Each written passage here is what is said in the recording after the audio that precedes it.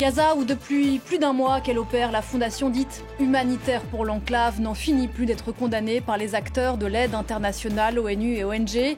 Soutenue exclusivement par les États-Unis et par Israël, son patron a dit ces dernières heures qu'il allait continuer en dépit des victimes par dizaines, pour certaines tuées par balles en marge de ces distributions par l'armée israélienne. Voilà l'aide humanitaire selon le président américain qui a par ailleurs décidé depuis le début de l'année de couper l'immense majorité de l'aide au développement que son pays pourvoyait dans le monde depuis plus de 60 ans. Décision aux conséquences catastrophiques dans le monde entier. USAID, abandon humanitaire. Question posée ce matin à mes invités, Jeanne Efez, Thomas Ajani et Pierre Micheletti. Bonjour à tous les trois, merci d'être là. On a beaucoup de choses à se dire, c'est parlons-en. C'est parti.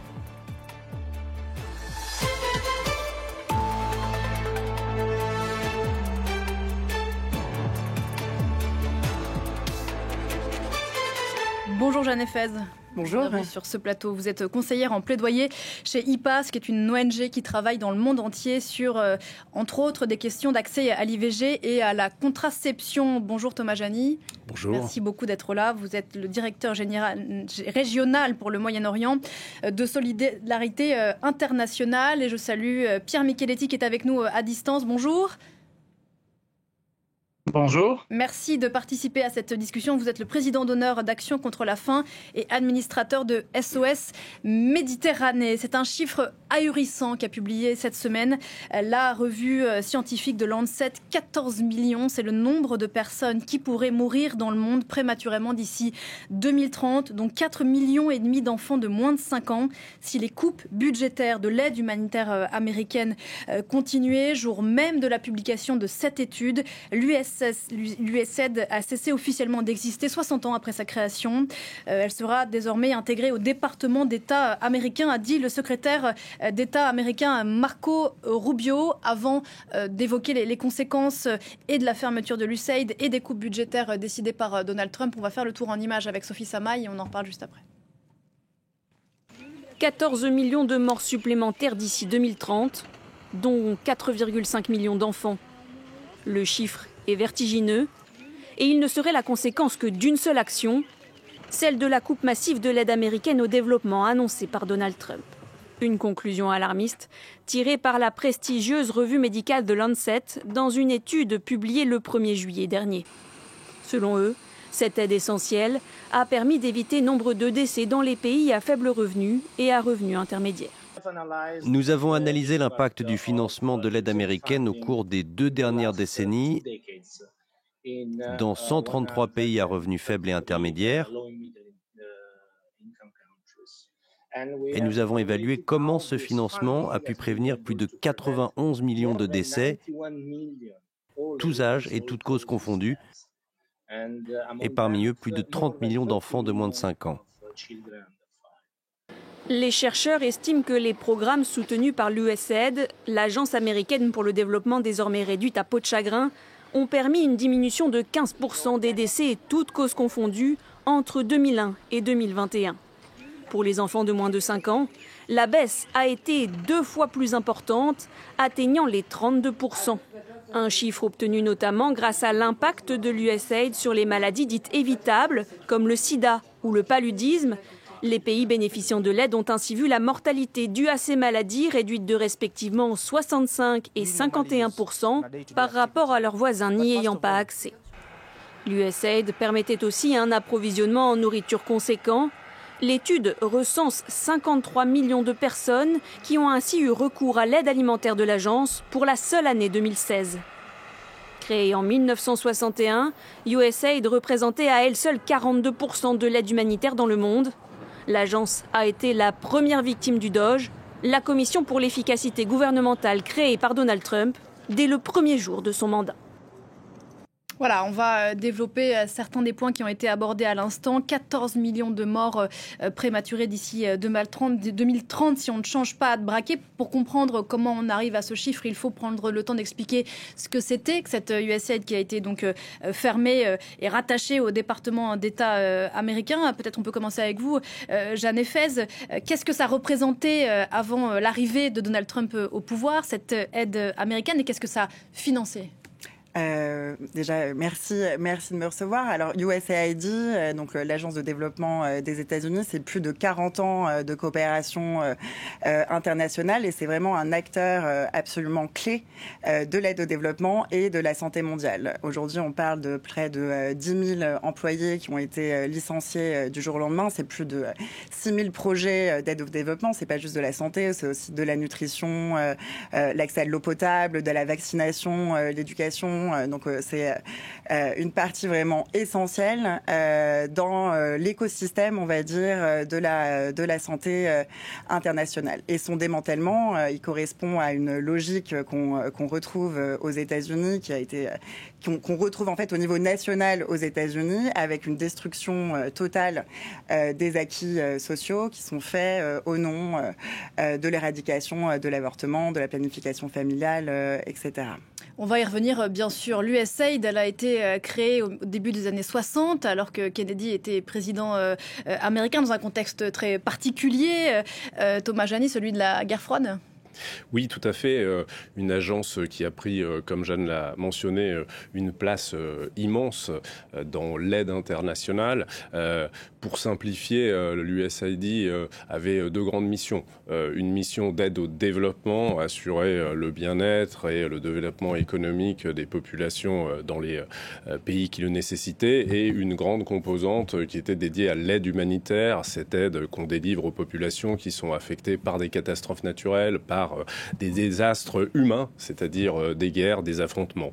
Du jour au lendemain, suite au décret présidentiel, cette aide a d'abord été suspendue et aujourd'hui, elle est partiellement terminée, arrêtée pour des projets qui étaient en cours et qui répondaient aux besoins les plus essentiels de population.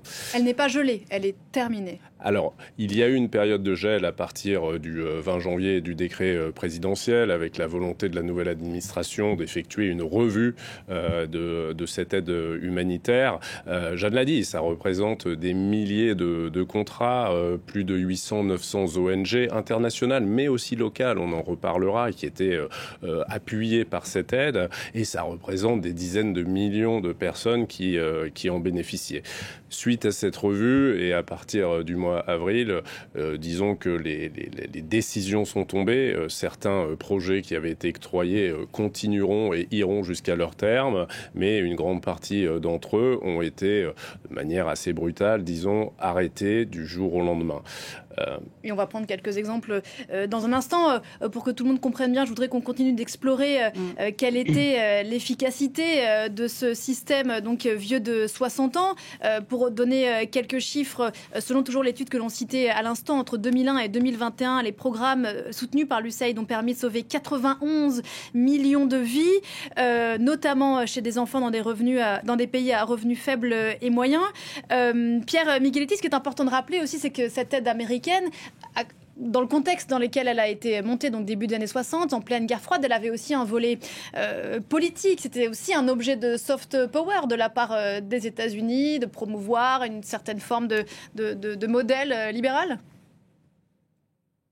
Oui, à l'époque, on était en pleine guerre froide et le développement de l'USAID participait au soft power des États-Unis.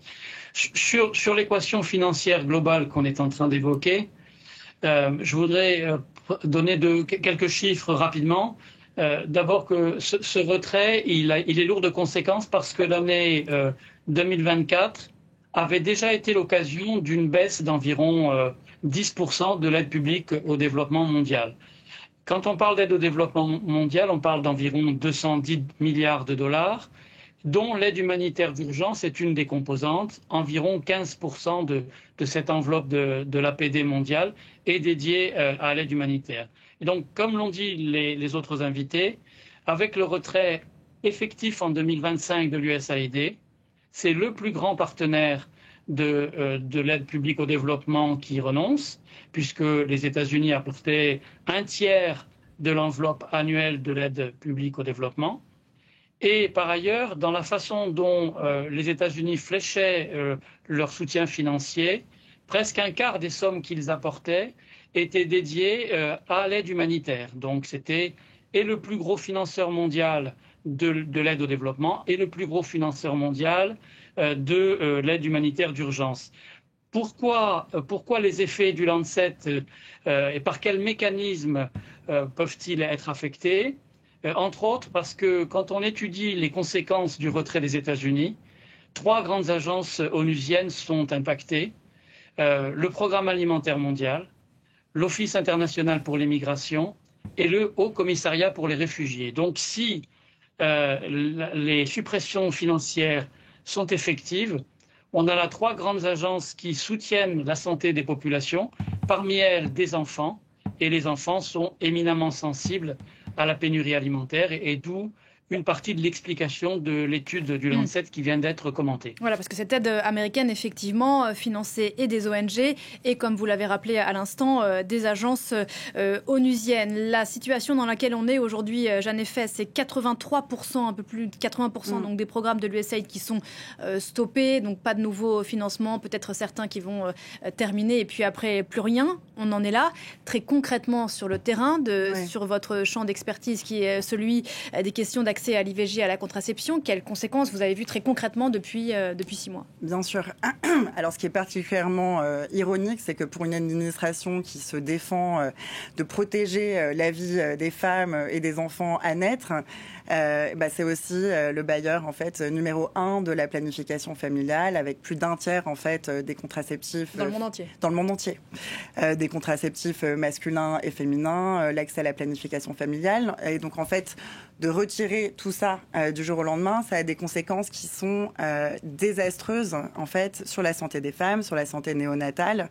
Là, les estimations, c'est que en un an seulement, ça sera plus de 34 000 décès liés à des grossesses non désirées. Au-delà de ça, on est dans des crises d'approvisionnement en fait et de stockage de médicaments qui sont très très très élevés. Et je pense qu'il faut absolument humaniser ces chiffres. Là, on voit des enfants naître avec le VIH. En fait, c'est pas arrivé depuis. Dans des pays où c'était plus le cas. Dans des pays où c'était plus le cas. Moi, j'ai des rapports qui sont absolument catastrophiques. Déjà d'un chaos total sur le terrain. J'ai beaucoup de collègues qui sont notamment en République démocratique du Congo. Donc là, on voit un effondrement du système de santé. Et effectivement, c'est toute la chaîne aussi communautaire qui est affectée, c'est aussi la nutrition. Et on voit des prestataires de santé qui sont au bord de l'effondrement et toute une continuité de services en fait qui sont interrompus. Et qui ressentent eux-mêmes beaucoup de pression avec des risques potentiellement sécuritaires peut-être ou à minima dans la relation qu'ils avaient jusqu'ici avec les gens dont ils s'occupaient. Absolument. Ben là, on est sur des enjeux sécuritaires qui sont très très importants, des multi-pandémies dans des contextes qui étaient déjà très très affaiblis, avec des systèmes de santé, d'accès aux soins et de protection civile en fait qui étaient largement déjà vulnérables. Donc, ouais. Autre illustration, Thomas Jani, plusieurs des projets que vous accompagnez avec Solidarité Internationale ont été suspendus, notamment en Afghanistan. Alors en Afghanistan, au Mozambique et au Yémen, où nous avions 3 gros projets appuyés par USAID et qui permettaient de délivrer cette aide essentielle. Si on veut prendre un exemple un petit peu parlant, je peux évoquer le cas du Yémen, où Solidarité Internationale donnait un appui immédiat d'urgence à des populations qui sont affectées par des chocs, des nouveaux chocs. Ils peuvent être déplacés par des combats, ils peuvent être impactés par des catastrophes naturelles, des inondations. On a actuellement dans ce pays une épidémie de choléra qui repart de plus belle. L'action des humanitaires, dont Solidarité Internationale, vise à s'assurer que ces personnes aient le minimum vital et prévenir les futurs chocs. Grâce à l'aide américaine, nous distribuons des kits d'hygiène, par exemple. Nous approvisionnons, grâce à du transport en camion, des camps de réfugiés pour s'assurer qu'ils aient accès à de l'eau potable de qualité. Nous travaillons aussi beaucoup sur du transfert monétaire quand les gens se déplacent dans des zones où il y a des marchés existants. Ils ont tout perdu, tout laissé. Ils n'ont plus de maison, ils n'ont plus de biens, ils n'ont pas de quoi cuisiner, par exemple. Donc ça, aujourd'hui, ça n'est plus possible. Alors, sur la partie qui était financée par l'aide américaine, ça s'est arrêté brutalement du jour au lendemain. Et, ça veut dire que ces programmes continuent, mais à une beaucoup moindre échelle ? Pierre évoquait, et je pense que c'est important pour les auditeurs de comprendre un petit peu ce système d'aide humanitaire internationale. Il est principalement et massivement financé par ce qu'on appelle des bailleurs institutionnels, des États, les États-Unis, la France, l'Allemagne, évidemment l'Union européenne, le Japon, qui représentent 95% du financement de ce système. Et aujourd'hui, on a le plus grand acteur, les États-Unis, qui pesait 42%, qui disparaît quelque part un peu de l'équation. Alors on espère que des bonnes décisions seront prises pour les années à venir de nos partenaires américains. Mais pour donner une idée, le deuxième plus grand bailleur de l'aide humanitaire, c'est l'Union européenne. Elle pèse 8%. Voilà, ça donne une idée de ce qui a disparu comme potentiel d'aide auprès de ces populations. Donc nous, on estime par exemple qu'il y a à peu près au Yémen, en Afghanistan et au Mozambique, c'est des cas un petit peu concrets, à peu près 300 000 personnes qui en 2025 ne bénéficieront plus d'une aide directe de notre part. 300 000 personnes. On reviendra dans un instant sur les alternatives qui existent peut-être. Pierre Micheletti, comme l'expliquait Thomas Jani à l'instant, il y a des effets sur le très court terme, très concrets, avec la baisse d'accès à l'aide, voire plus d'aide du tout. Et puis sur le plus long terme, si on continue dans cette direction avec ce gel des fonds américains, sur le développement à long terme de ces pays. Absolument. Donc déjà, cette équation, elle vient bousculer dans les pays en crise ou dans les pays extrêmement pauvres des équilibres qui sont de l'ordre de la survie. C'est-à-dire que avec la suppression de l'aide, on supprime des apports alimentaires absolument vitaux pour les populations. Et le témoignage de Jeanne Efez revenait sur une autre réalité de terrain que nous connaissons bien, les médecins, c'est que les deux populations cibles qui souffrent en priorité, ce sont les enfants, on l'a déjà évoqué tout à l'heure, avec un indicateur qu'on appelle le taux de mortalité des moins de 5 ans, et les femmes, et en particulier les femmes lors du processus de grossesse.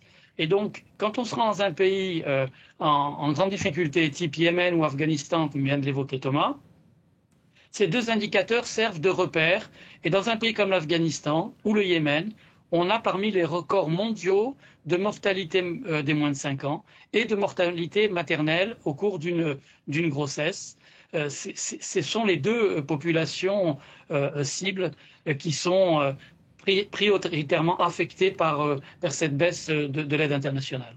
Pour justifier, Jeanne Efez, sa décision, Donald Trump, on le sait, a beaucoup évoqué la question du gaspillage et de la fraude, que cet argent massivement donné, c'est une réalité par les États-Unis, était in fine mal utilisé. Ce que vous dites, vous, c'est que ça cache en réalité une dimension politique, une administration qui n'était pas tout à fait d'accord avec l'endroit où arrivaient ces fonds ? Oui, bien sûr, et ça on le retrouve donc dans le projet 2025, cette espèce de feuille de route autoritaire qui décrit ce que le prochain président républicain va faire une fois en pouvoir. Et c'est ce dont je parlais tout à l'heure, c'est la destruction du social, le démantèlement en fait de l'État fédéral. Il a en son cœur l'ambition d'éradiquer en fait les droits LGBT, l'égalité de genre, la lutte antiraciste, le combat pour la diversité, l'équité et l'inclusion, la justice climatique, etc.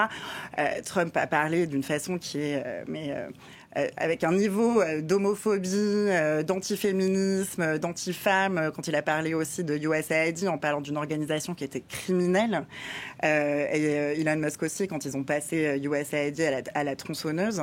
Et donc, c'est tout à fait idéologiquement mené. Et on retrouve en fait cette espèce d'obsession et d'acharnement contre l'égalité de genre, contre le droit des femmes, contre la santé sexuelle et reproductive, au sein des instances multilatérales, au sein des négociations de l'ONU. Donc c'est pas juste en fait un gel des coupes financière, c'est aussi une attaque, et ça il faut le comprendre, contre le système multilatéral et des normes en fait des droits humains sur lesquels on a des consensus internationaux depuis toujours. Là on voit les États-Unis qui remettent des mots en question comme les objectifs de développement durable. À Séville vient de se clôturer donc la conférence sur la refonte de l'architecture de l'aide au développement et de la finance internationale. Les États-Unis n'étaient pas. Les États-Unis n'y étaient pas, après avoir complètement en fait fait blocus dans le texte à toutes les références à la santé sexuelle et reproductive, à des références qui étaient progressistes sur l'égalité de genre. Donc ça a été ratifié par 192 pays et non pas 193, alors qu'ils ont eu un impact en fait sur le moindre impact finalement de cette déclaration, quoi. Ce que dit Trump, c'est que l'USAID, depuis qu'elle existait, propageait des valeurs contraires aux intérêts américains. C'est singulier comme déclaration. Tout à fait. Alors, je ne me risquerai pas à juger la posture du président américain. Il y a, je crois, une réalité qui est indéniable. Cette agence a beaucoup aidé.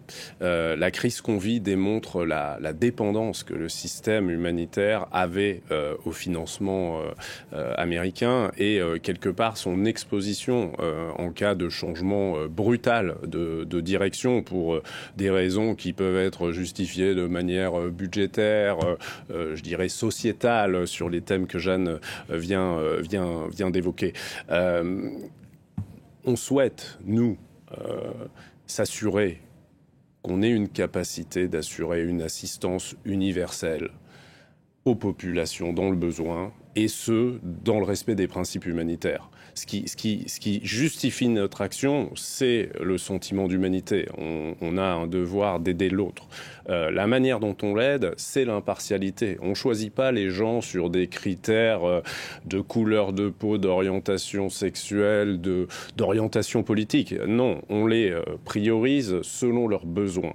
Voilà, et ça, c'est assez essentiel, et c'est un enjeu très fort des discussions actuelles, de s'assurer que cette baisse des financements qui est, je dirais, initiée par les États-Unis, mais le fond de la discussion, c'est une baisse, voire un effondrement mondial des financements. On parle beaucoup du USAID parce que ça a été le totem, quelque part, de cette administration américaine qui a voulu mettre l'efficience et une logique de recentrage très nationale, très souveraine au cœur de son discours. Mais dans la réalité, on a aujourd'hui, et Pierre l'a évoqué avec l'APD, sur la composante humanitaire, l'aide publique au développement, on a une baisse de quasiment tous les acteurs. Y compris ici en Europe. Alors, la France a baissé son APD de 40% sur les 2 dernières années. L'Allemagne est en train de faire des choix forts de réduction de son aide publique au développement. Et c'est justifié comment pour faire des économies d'argent public ? Alors, il y a une logique économique qui est assez prégnante. Il y a des réorientations budgétaires. On a vu l'Angleterre, par exemple, faire des choix de réorienter une partie de son aide internationale sur des investissements de sécurité. On n'en est pas là pour en juger. Nous, ce qu'on peut dire, c'est que sans ces financements, il y aura des souffrances additionnelles. Et c'est peut-être un petit peu contre-intuitif, mais l'aide humanitaire et la solidarité internationale, c'est rentable. Ça permet, comme l'a dit très bien Jeanne, d'appuyer les systèmes de santé et s'assurer que la santé globale, la santé de l'ensemble de l'humanité est préservée. On contrôle des épidémies. Ça permet aussi d'influer, je dirais, de manière globale sur les effets du changement climatique. Demain, les plus grandes migrations seront celles des migrants climatiques.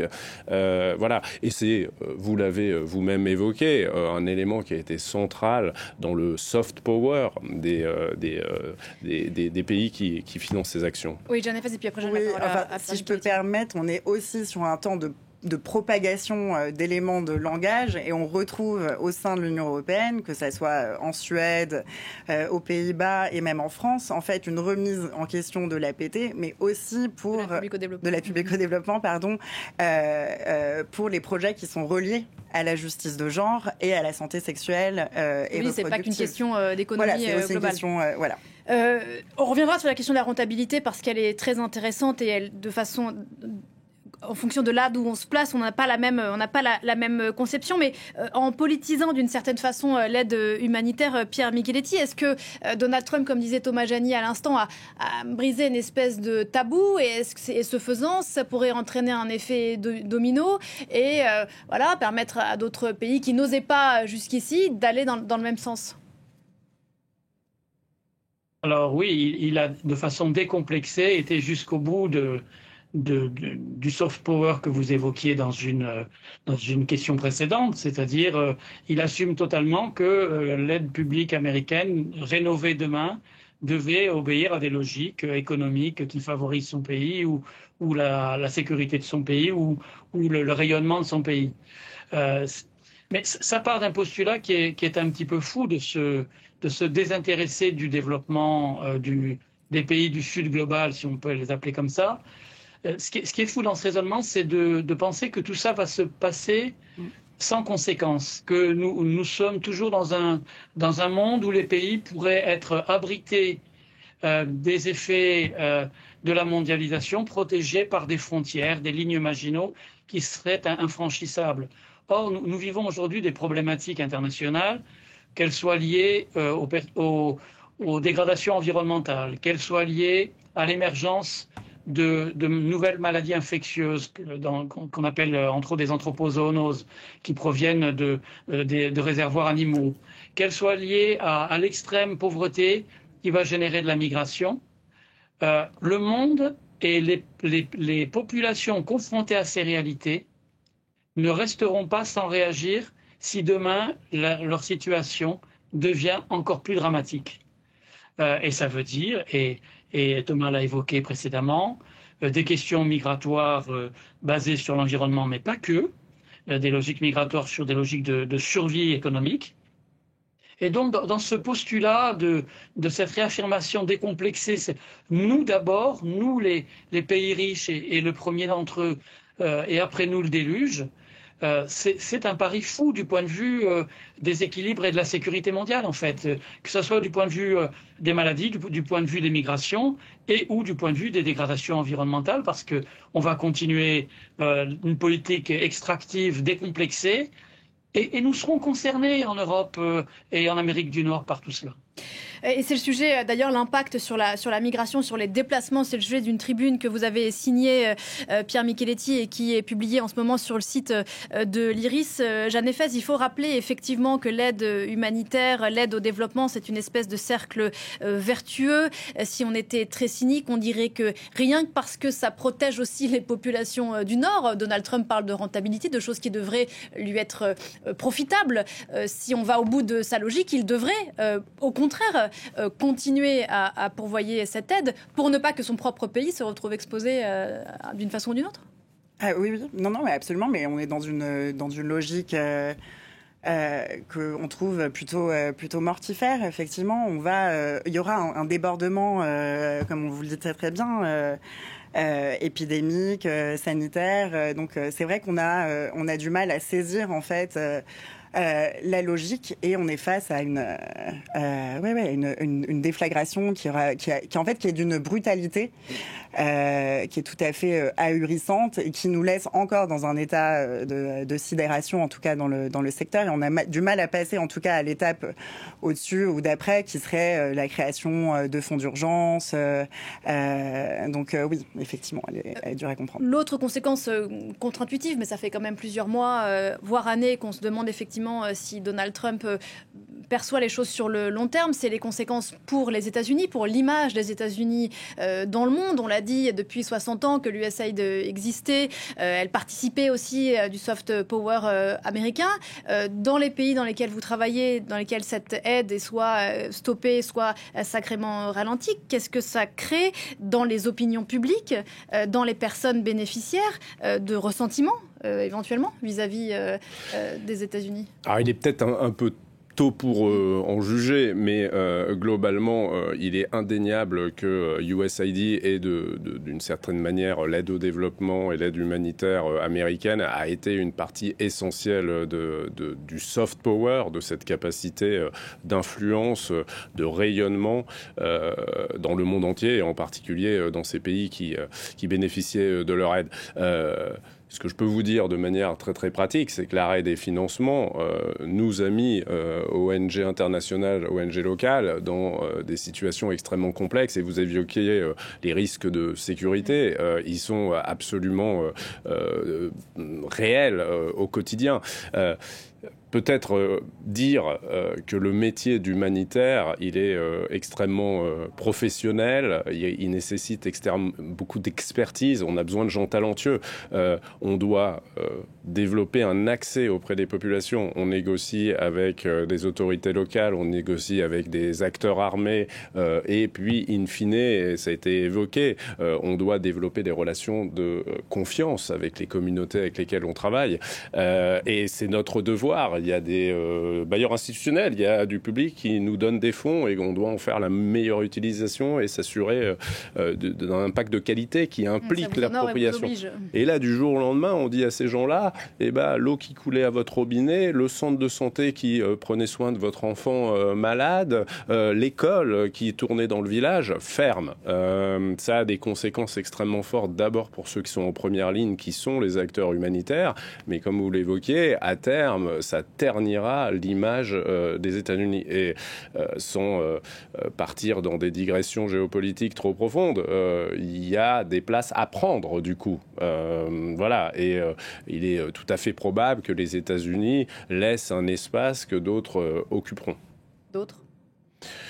La Chine, la Russie, avec des stratégies, des approches, des leviers qui ne sont pas du tout les mêmes que les États-Unis et peut-être une approche plus économique de la relation partenariale. Vladimir Poutine s'est réjoui de la fermeture de l'USAID, disant que c'était de la propagande. Singulièrement aussi, Pierre Micheletti, parallèlement à ces coupes drastiques dans le budget de l'USAID, on voit depuis quelques mois la façon dont Donald Trump pense, envisage l'aide humanitaire. Je l'évoquais à l'instant avec cette fondation dite humanitaire pour Gaza.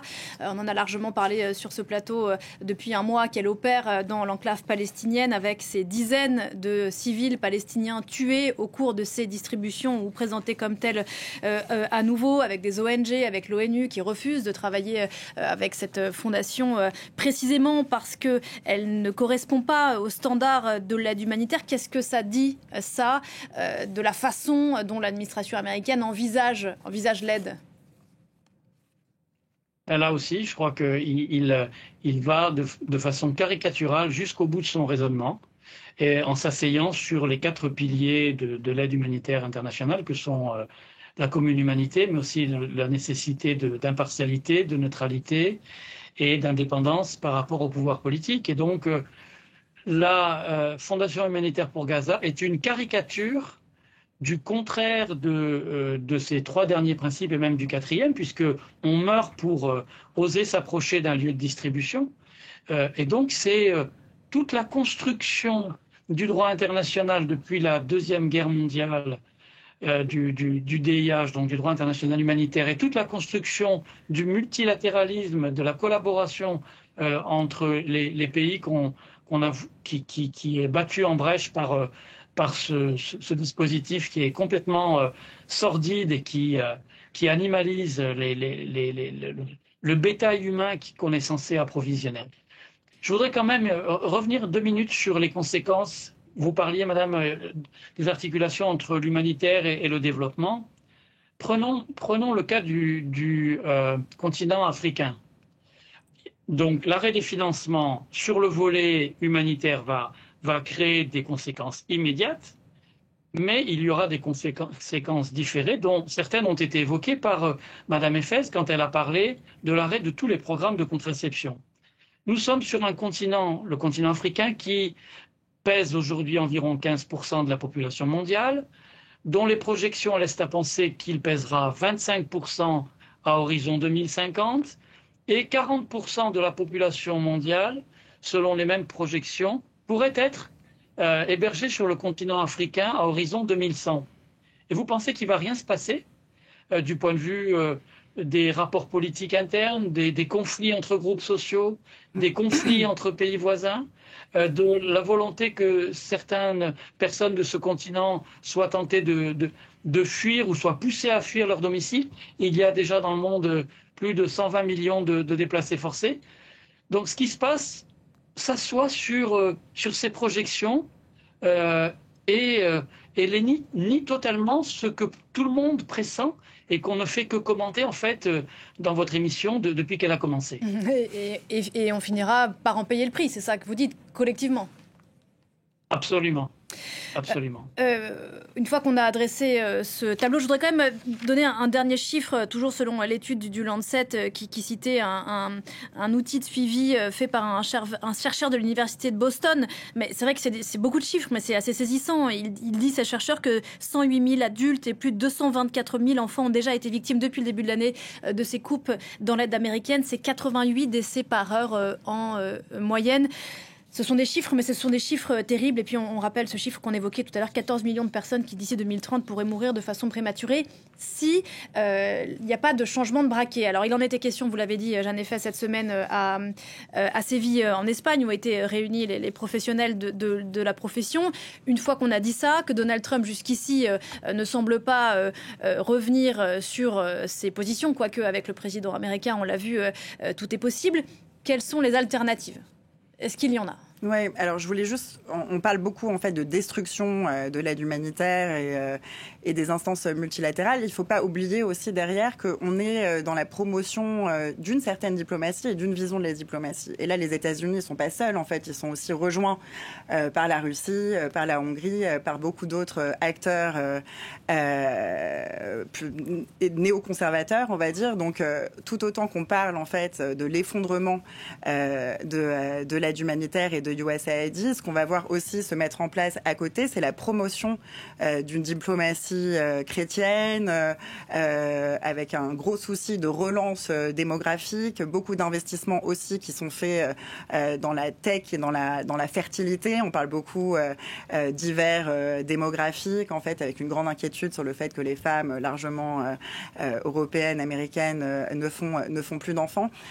Donc, il faut garder en tête qu'on est aussi face à une nouvelle architecture qui avance en fait un modèle de santé de la femme qui vient juste en fait totalement écarter les questions d'avortement, aussi les questions d'éducation complète à la sexualité, des droits LGBT, etc. Donc il y a aussi un ordre nouveau qui est en train de se dessiner et qui est appuyé financièrement et politiquement par des organisations qui ont un agenda politique, comme je le disais, depuis très très très longtemps.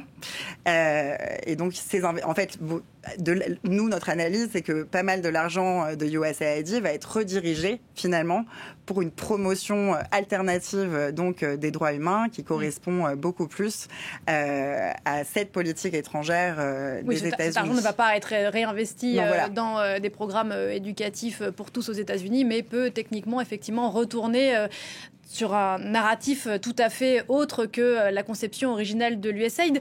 D'ailleurs, on n'a pas parlé d'éducation tout court, mais c'était aussi un financement très important dans le monde. Et pour revenir sur les alternatives, on parlait du rôle des Européens. Il est important, même s'il est en baisse. Qui d'autre ? Sur quoi est-ce que ça peut reposer si on continue dans cette direction ? Alors, en filigrane de nos discussions depuis tout à l'heure, et ça a été évoqué, il y a ce changement de paradigme. Est-il acquis ou non ? On a parlé multilatéralisme, ce changement fondamental sur la posture des États vis-à-vis du droit international et en particulier du droit international humanitaire.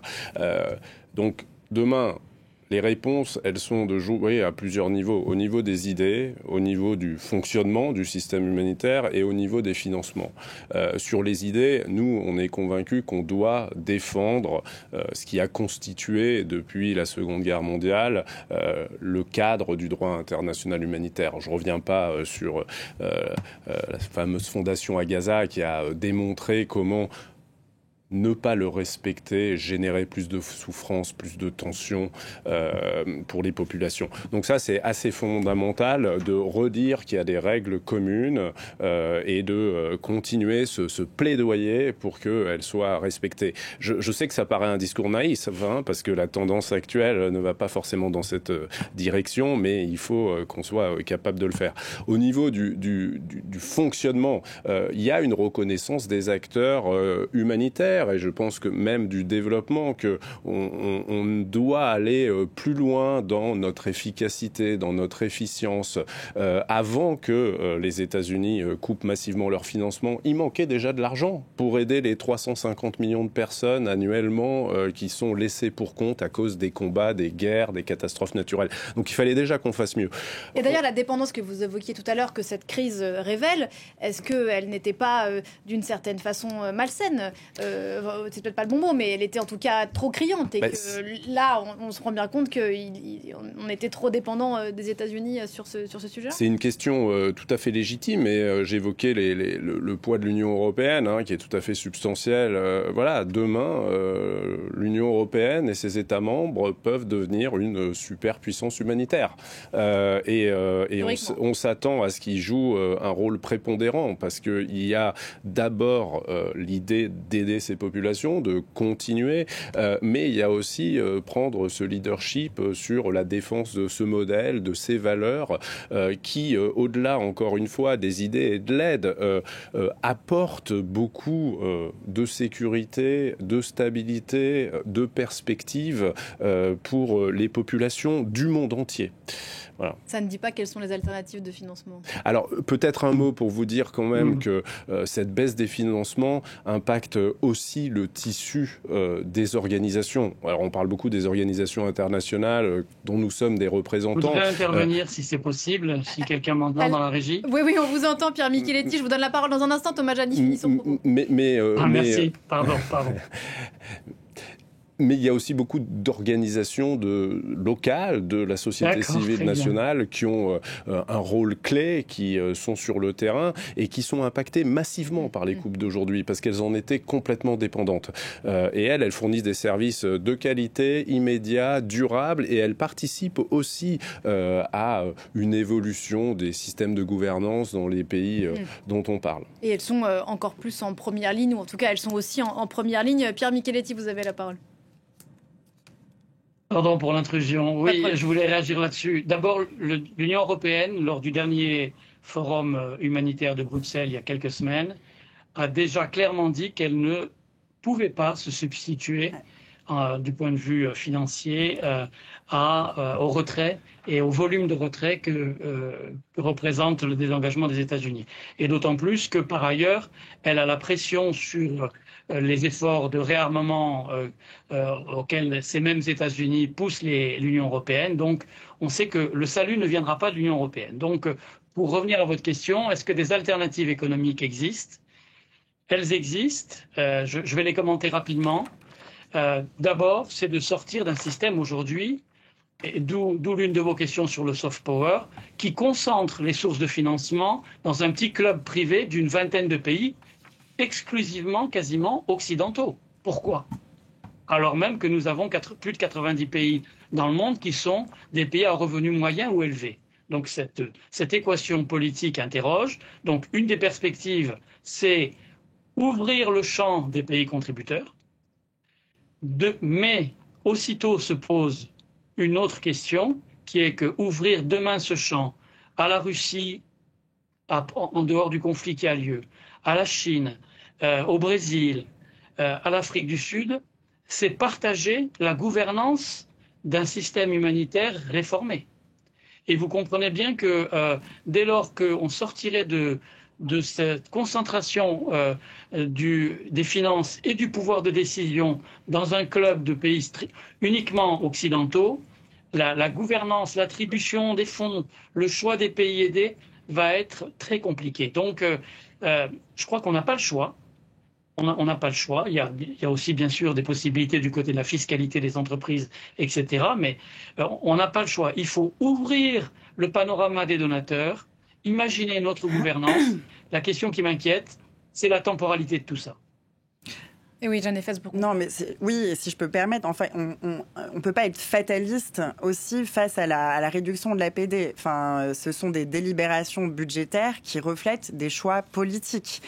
Donc en fait, on est face à des pays qui sont fiers d'avoir des diplomaties féministes, de faire beaucoup pour l'égalité de genre, et on est dans un moment en fait où est en jeu toute l'idée même de la solidarité féministe internationale.